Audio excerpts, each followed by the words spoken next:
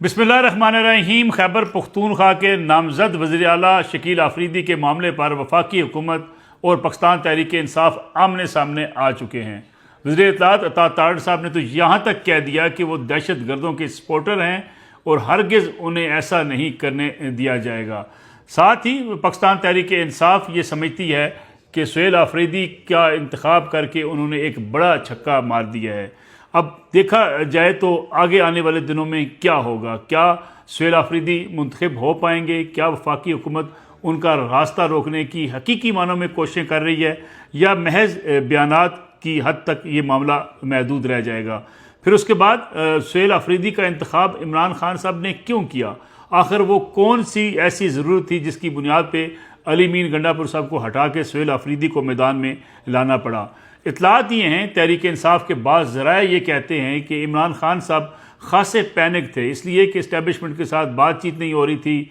कोई राब्ते नहीं थे। अली मीन गंडापुर साहब ने भी जो कोशिशें की थी वो नतीजा खेज साबित नहीं हो सकी थी और उसके बाद राब्ते तकरीबन आलमोस्ट ख़त्म हो चुके थे। और इमरान खान साहब इस बात का भी इजहार कई बार कर चुके थे कि अगर बातचीत का जो है वो मरला शुरू हो या बातचीत कहीं ना कहीं किसी स्टेज पे हो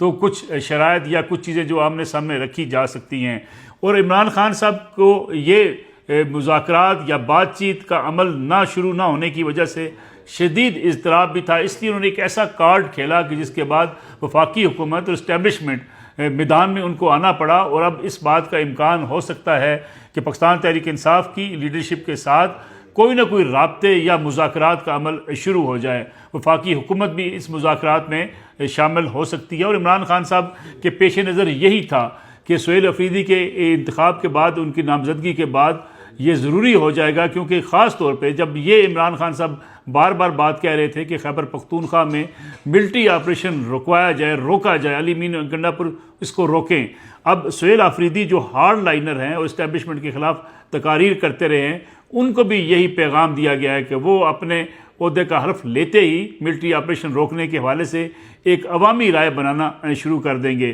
तो ऐसी सूरत हाल में वफाकी हुकूमत की बातचीत का अमल शुरू हो जाएगा खैबर पख्तूनख्वा की हुकूमत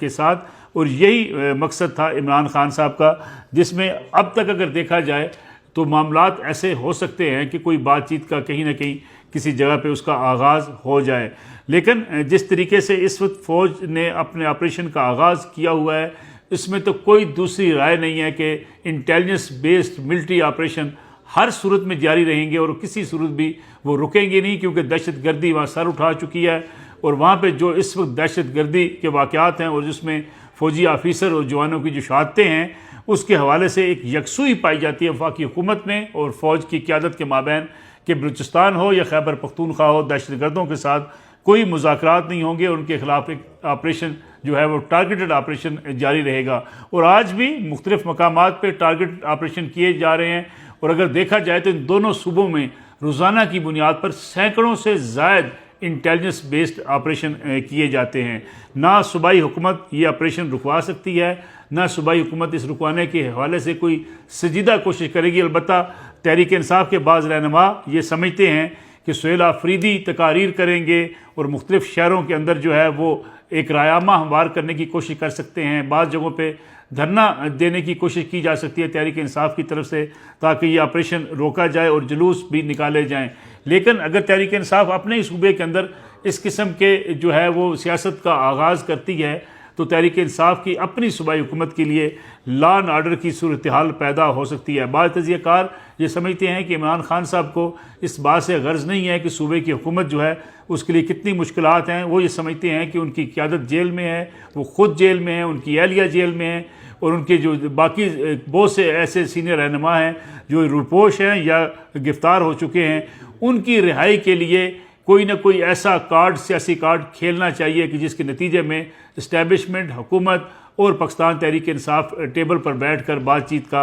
आगाज़ कर सकें, जो बज़ाहिर इस वक्त तो नज़र नहीं आता। लेकिन सुहेल आफरीदी का कार्ड इसीलिए खेला गया कि एक हार्ड लाइनर की मौजूदगी में और एक ऐसे हार्ड लाइनर की जो इमरान खान साहब की डायरेक्शन पे एहतजाजी सियासत का आगाज़ अपने ही सूबे के अंदर करेंगे, उसके बाद कोई ना कोई बातचीत का अमल शुरू हो जाए। दूसरी तरफ अगर देखा जाए तो इस वक्त सूरत हाल ये है कि जो है वो इस्लामाबाद की तरफ मार्च की तैयारी का भी ऐलान किया जा सकता है, ताकि उसके नतीजे में भी वफाकी हुकूमत और सूबाई हुकूमत के दरमियान बातचीत का अमल शुरू हो जाए। और सारी सूरत हाल के पेश नज़र इस वक्त जो सूबे की अमन अमान की सूरत हाल है वो एक बड़े चैलेंज के तौर पे सुहेल आफरीदी के सामने होगी कि सुहेल आफरीदी एक तरफ इमरान खान साहब के अहकामात को मानने के पाबंद हैं, उनके साथ इस बात का उनका इजहार कर भी चुके हैं कि जो उनके लीडर कहेंगे वो वही करेंगे, इस्टेब्लिशमेंट को भी वो आड़े हाथों लेने की बात कर चुके हैं। और दूसरी तरफ सूबे में लॉ एंड ऑर्डर को मेंटेन करना और सूबे के अवाम के मसाइल को हल करना, ये एक ऐसा मुश्किल मरला होगा जो सुहेल आफरीदी के लिए भी एक बड़ा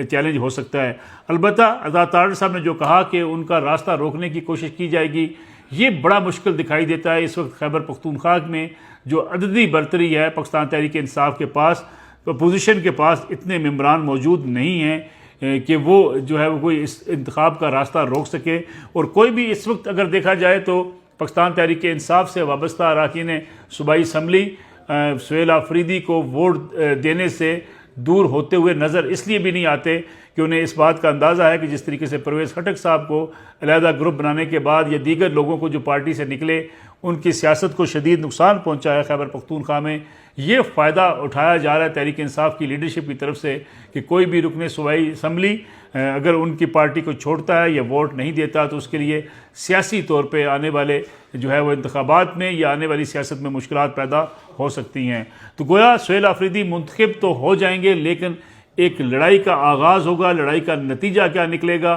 क्या इस सियासी कार्ड के नतीजे में इमरान खान साहब कोई सियासी फ़ायदा उठाने की पोजीशन में आएंगे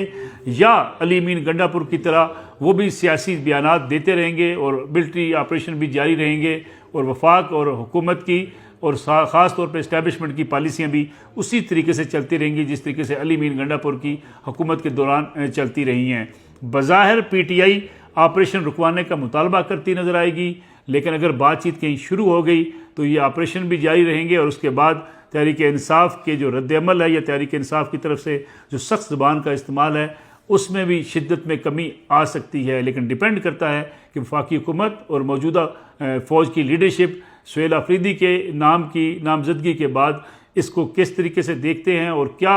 ऐसा रास्ता निकाला जा सकता है जिसके नतीजे में कोई बातचीत का आगाज़ हो सके।